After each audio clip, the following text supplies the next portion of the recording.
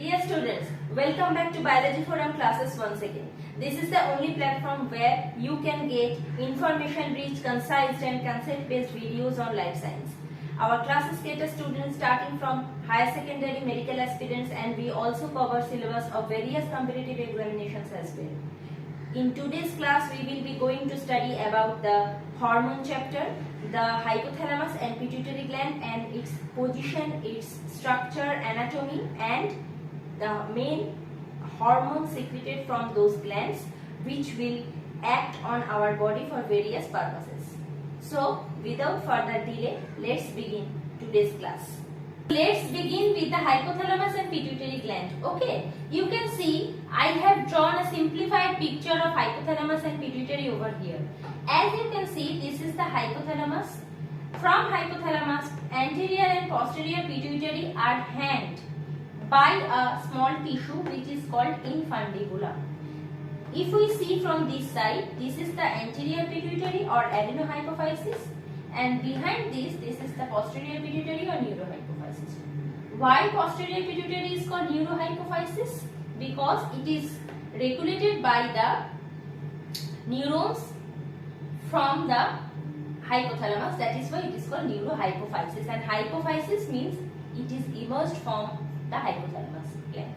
Okay, anatomically pituitary gland can be classified into two portions anatomically.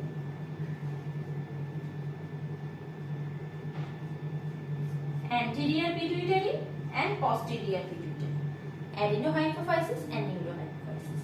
But functional point of view, from functional point of view, we can categorize pituitary gland into three parts: pars distalis, pars intermedia and pars nervosa. Pars distalis and pars intermedia are present within anterior pituitary itself, and pars nervosa is present within the posterior pituitary gland. Okay, pituitary gland is ectodermal in origin, and the gland is present in the sella turcica of sphenoid bone. I will draw it for you further. Okay, I think up to this I am clear enough. Let's begin with the next portion. So, as I have already mentioned that pituitary gland is ectodermal in origin and it is present in the sella turcica of sphenoid bone. If this is the simplified structure of a brain, this groove-like area here is sella turcica, and the bone of the brain is called sphenoid bone. If this is the hypothalamus, I think you can see this is the hypothalamus. By infundibulum, anterior pituitary and posterior pituitary are hanged, and the pituitary gland is present in the groove, and the groove is called sella turcica of sphenoid bone. Okay. Now, if we study the development of pituitary gland, we can say the posterior lobe, the posterior pituitary is developed from the hypothalamic tissue, but the anterior pituitary lobe is not developed from the hypothalamic tissue. So, from where will it develop? Very carefully listen to me. If this is the eye and this is the nose, if this is the eye and this is the nose, sorry, let me draw it over.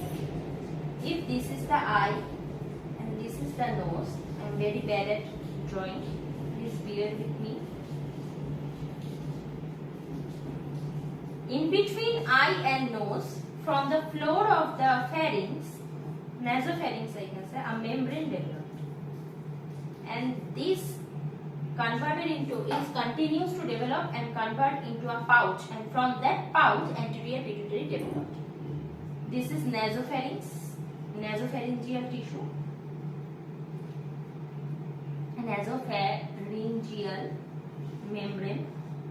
The nasopharyngeal membrane is further developed into a pouch which will develop into anterior pituitary. What is the name of that pouch?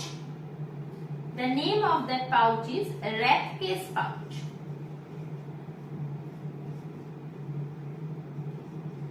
So, if there is a question in your exam, what is Rathke's pouch? I think you will be able to answer very easily. What will you write?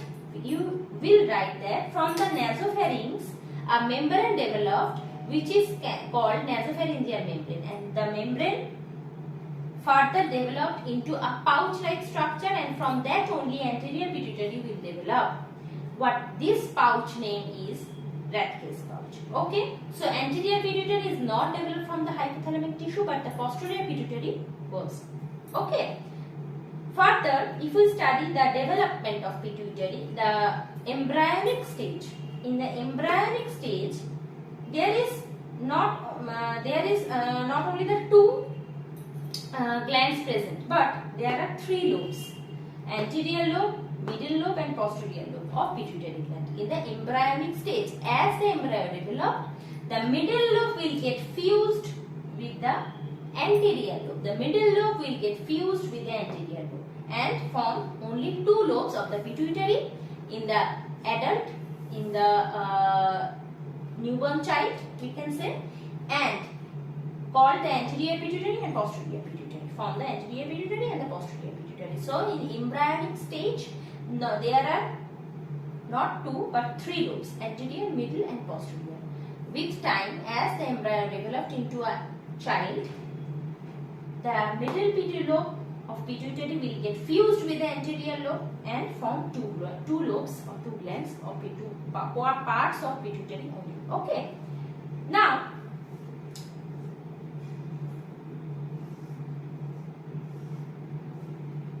in the anterior pituitary, as the middle lobe get fused, the anterior lobe, which is present already in the embryonic stage, is pars distalis. The middle lobe, which get fused with the anterior lobe, pars intermedia,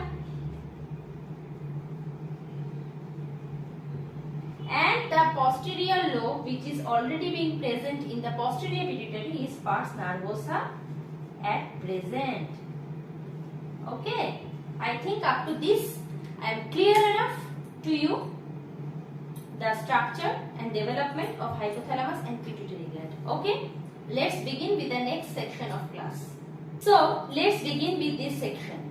As I have already discussed, this is the hypothalamus. From hypothalamus there is an infundibulum, a tissue from which anterior and posterior pituitary are hanged.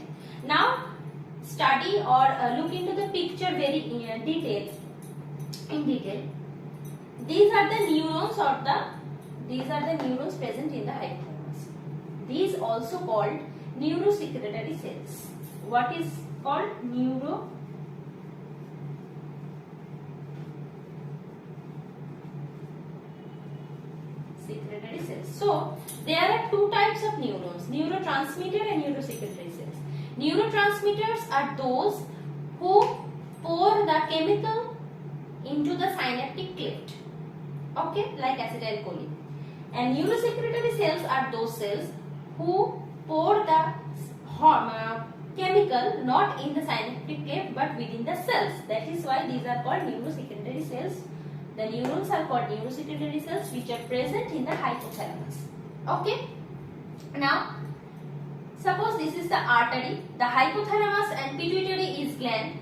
It is present within the human body, human system or animal system only, and they also need the supply of blood, right?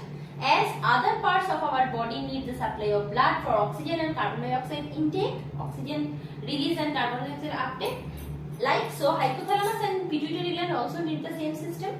So this is the artery from which blood comes to the gland, and these supply oxygen to the cells of the hypothalamus and pituitary gland. And the blue portion I have drawn over here represent the vein. Why? Because it is the blood here is deoxygenated. Okay, and deoxygenated means the blood in the vein here, blue in color, uptake carbon dioxide produced in the tissues of the gland and supply oxygen to the tissues of that particular gland only. Besides carbon dioxide, the blood in the vein carry the chemicals secreted from the neurons. What is the name of the chemical? Hormone. As we already know that hormone is being secreted from the endocrine gland, and they need blood to travel or to transfer the hormone present in the in one gland to the other target gland. Okay, that is why the venous blood here is mainly present to supply the hormone which is being secreted from the neurosecretory cells of the hypothalamus. Okay, now just look into the matter like this. Arterial blood comes in the gland, supply fresh oxygen to each and every tissues of hypothalamus and pituitary. Okay, and in return they uptake carbon dioxide present or produced within the tissues. That is why the color is blue. Deoxygenated blood is carried by the vein, we all know, and the vein also carry the neurosecretory cell material, the hormone produced by the neurosecretory cell to different parts of the body. Okay, here the vein comes through the infundibulum and supply its capillaries to the anterior pituitary. This vein, we can say the name is hypophyseal portal vein. Two types of circulation within our body present. One is portal circulation, portal system, and another is normal systemic circulation. Portal circulation is, what is the definition? Portal circulation is that it carries blood other than the systemic circulation. What is systemic circulation? It carries the blood, deoxygenated blood from any tissue or any organ and directly supply it to the heart. So concentrate here. If this is the structure of a heart, the venous blood through vena cava, directly comes to the right atrium. Okay, and further it will get supplied to the another part of the heart. Okay, and the systemic circulation goes on. In case of portal circulation, the venous blood, as it carry hormone also other than the deoxygenated blood, carbon dioxide rich blood, other than this it carry hormone also, it need to supply to the target organ first and then supply to the heart. In this case, the hypophyseal portal vein, the venous blood comes to the anterior pituitary and pour the hormone here. The hormone produced from the neurosecretory cells of the hypothalamus is traveled via the hypophyseal portal vein and not directly come to the heart but directly come to the anterior pituitary. Leave the hormone here which is being secreted from the hypothalamus and then it come to the heart and pour the deoxygenated blood in the heart only. I think up to this you are clear, this is clear enough. Portal circulation is divided into two parts: hypophyseal portal, this, and hepatic portal. In the digestive part chapter, when we will study the hepatic portal system. Okay, I think up to this I am clear enough. Let me revise once again for you. This is the artery which supply oxygenated, pure oxygen rich blood to the hypothalamus and pituitary gland. Okay, and in return they uptake carbon dioxide from the tissues and supply it to the venous blood. Not only carbon dioxide, the venous blood also carry hormone from hypothalamus gland. Okay, hormone from hypothalamus gland, and the hormone in the hypothalamus is being produced by the neurosecretory cells of the neurons. The vein here is called hypophyseal portal vein. Portal circulation is what? It carries the venous blood and directly not comes to the heart but to the target organ, because not only carbon dioxide, it also carries hormone, and hormones act as a messengers. It pours message from one gland to another, it transfers message from one gland to another. So that is why the portal vein, the portal circulation is somehow work like this manner, that they first carry the message to the target organ, leave the hormone there to the target organ, and then come to the heart.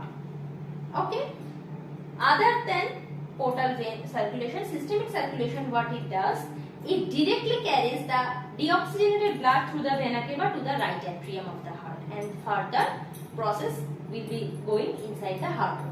Okay, portal vein in our body two types: hypophyseal portal vein and hepatic portal vein. Hepatic portal vein is related to liver, and we will study it in the digestive system chapter. Okay, let's come here. For the hormones produced in the hypothalamus is the grandfather as example, and pituitary is the father. So the command of hypothalamus is delivered to pituitary gland as a form of hormone by the hypophyseal portal vein. Okay, and then the anterior pituitary will secrete hormone or not secrete hormone. We will study this further. It will secrete hormone or not secrete hormone according to the command delivered from the hypothalamus only. This is the case of anterior pituitary. What the posterior pituitary does? The anterior pituitary need to produce hormone by following the command of hypothalamus, but the posterior pituitary is silent here. It do not produce any kind of hormone. Why? Because it is formed of neurons from the hypothalamus only. That is why it is called neurohypophysis. We have already studied this. The neurons present in the hypothalamus, the cell body of the neuron is present in the hypothalamus, and the axonal portion, axonal end, axonal button portion is present in the posterior pituitary. In the cell body, in the soma, in the cyton, the neurons produce the hormone and delivered through axon directly to the posterior pituitary. Here the posterior pituitary need not to produce any hormone. They only are capable of storing two types of hormones. Only two types of hormones are being secreted from the posterior pituitary: ADH, antidiuretic or vasopressin, and oxytocin. Okay, so anterior pituitary need to produce hormone by itself by following the command delivered from the hypothalamus, but the posterior pituitary nothing, not need to do like this. They do nothing. They only store the hormone produced in the soma or cell body in the hypothalamus, and the hormone is being delivered to the posterior pituitary by axon, and they need to store them, and they only follow the command of the hypothalamus whenever it is needed. They only secrete the hormone, they only release the hormone from the gland. Okay, up to this I think I am clear enough to you. Let's proceed to the next section of today's class. Let's continue with the next section. We already almost has reached to the last portion of today's class. So we all know that anterior pituitary, both anterior and posterior pituitary together is termed as pituitary gland. The pituitary gland is the master gland. So if there is a question, what is the master gland? We name that pituitary. Okay. And what is the supermaster gland? Hypothalamus. So according to the command sent from hypothalamus, whether it is releasing command or inhibiting command, the pituitary has to react on that. If hypothalamus send releasing hormone secreted from the neurosecretory cells to the anterior pituitary, it will release hormone. And if the hypothalamus send inhibiting signal, inhibiting hormone to the anterior pituitary, that is why the negative mark here, then it will not release any hormone from the anterior pituitary. Okay, just similar in case of posterior pituitary also. We will study the feedback mechanism right now. So anterior pituitary receives whether inhibiting signal or releasing signal. If hypothalamus release or send releasing hormone like gonadotropin releasing hormone, thyrotropin releasing hormone, then the anterior pituitary will release those hormones. If the hypothalamus send releasing hormone like thyrotropin releasing hormone, TRH, then the anterior pituitary will receive the signal as releasing signal and release what? TSH, thyroid stimulating hormone, which is secreted from the anterior pituitary as synthesized on there only. Already we know that anterior pituitary follow the command of the hypothalamus and produce hormone and release according to the releasing or inhibiting signal. But the posterior pituitary do not produce any hormone. They only store the hormone produced by the neurosecretory cells of the hypothalamus. Okay. What are the two hormones secreted from the neurohypophysis or posterior pituitary? ADH, antidiuretic hormone, ADH, antidiuretic hormone, and oxytocin. Okay. I think after this I am clear enough. Now come to the feedback mechanism of hormone. How will it function? Okay. Let's concentrate on the feedback mechanism. What is the feedback mechanism? Feedback mechanism is the command supply from hypothalamus up to the target gland. Okay. Suppose hypothalamus secrete thyrotropin releasing hormone TRH. Hypothalamus secrete thyrotropin releasing hormone. It sends releasing signal, which is denoted here by positive sign, releasing signal to the anterior pituitary and tell anterior pituitary to produce and secrete thyroid stimulating hormone TSH. Hypothalamus will produce by the help of neurosecretory cells thyrotropin releasing hormone, which send the signal as a positive response, releasing signal to the anterior pituitary and tell him or her, tell the gland to release thyroid stimulating hormone. And the thyroid stimulating hormone then by the help of blood come to the thyroid gland, which is present in our neck region, and tell the thyroid gland to secrete thyroxine, triiodothyronine like T3, T4. This is the positive feedback mechanism. This is the positive feedback mechanism. Hypothalamus send signal, releasing signal to anterior pituitary and tell the gland to produce and secrete thyroid stimulating hormone, and the thyroid stimulating hormone produced in the anterior pituitary travel via blood to the thyroid gland and tell the thyroid gland to produce T3, T4. Okay. Now, when there is abundance of thyroxine or T3, T4 hormone in blood produced from the thyroid gland, when there is huge amount of thyroxine hormone present in the blood already, it sends a negative signal to hypothalamus. It sends a negative signal to hypothalamus. When there is huge amount of thyroxine hormone present already in the system, the gland need not to produce further thyroid hormone to avoid disease. It sends negative signal to hypothalamus. As hypothalamus receives the negative signal from the thyroid gland, it stops producing thyrotropin releasing hormone and it sends inhibiting signal. Negative. It sends inhibiting signal to anterior pituitary and tell the anterior pituitary not to produce any thyroid stimulating hormone further, as there is already ample amount of T3, T4 present in the system. Students, are you getting it? I think you are getting it. When there is huge amount of thyroxine or T3 hormone present in the system, the thyroid gland send negative signal to hypothalamus and tell the hypothalamus to stop the production of thyroid stimulating hormone from anterior pituitary. As the hypothalamus receives the signal, it stops producing thyrotropin releasing hormone and send inhibiting negative signal to anterior pituitary and tell anterior pituitary, listen, do not produce any further TSH hormone. As there is ample amount of thyroxine present in the system, there is no need to produce it further. If you produce it further, it will lead to unavoidable circumstances like diseases. Okay, so this is the negative and positive feedback mechanism I am trying to make you understand here. I think you are able to understand. Let me revise it once again for you. From hypothalamus, thyrotropin releasing hormone is produced, TRH. It sends releasing signal, positive, releasing signal to anterior pituitary and tell the anterior pituitary to produce and secrete thyroid stimulating hormone.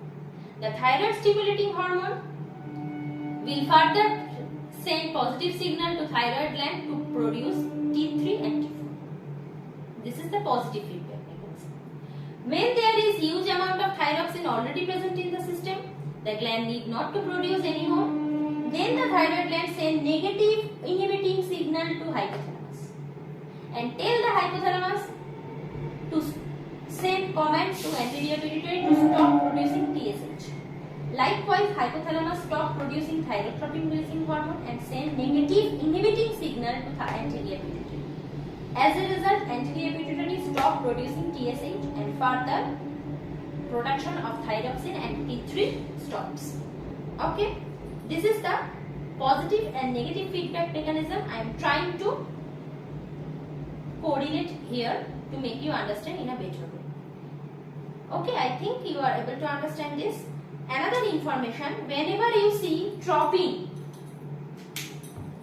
whenever you see tropin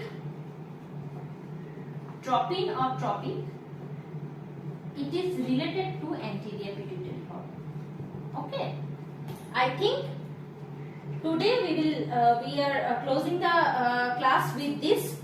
In the next class, we will study what are the major hormones produced from the anterior pituitary and posterior pituitary and hypothalamus, what are their functions, and what are the diseases due to the hypo and hyper secretion of those hormones. Okay, so let's wrap up today. So students, in today's class we have almost completed the total structure, anatomy, development, its function, how will it function in a better way. Both the hypothalamus and pituitary, we have almost covered everything. I think everything we have covered. And in our next session, we will study about the major hormones secreted from the anterior and posterior pituitary, from the hypothalamus, its function, and the abnormalities due to the hypo and hyper secretion of the hormones. Okay. If there is any doubt or any question from your side regarding to this class, you can always comment down below, or you can email me via the email ID which is right now popping in your screen. And last but not the least, if you like the video, don't forget to share the video as much as possible and subscribe to this channel for upcoming very interesting videos on life science. And without further any delay, let's wrap today's class. So let's meet in another class with another interesting topic. Goodbye, students.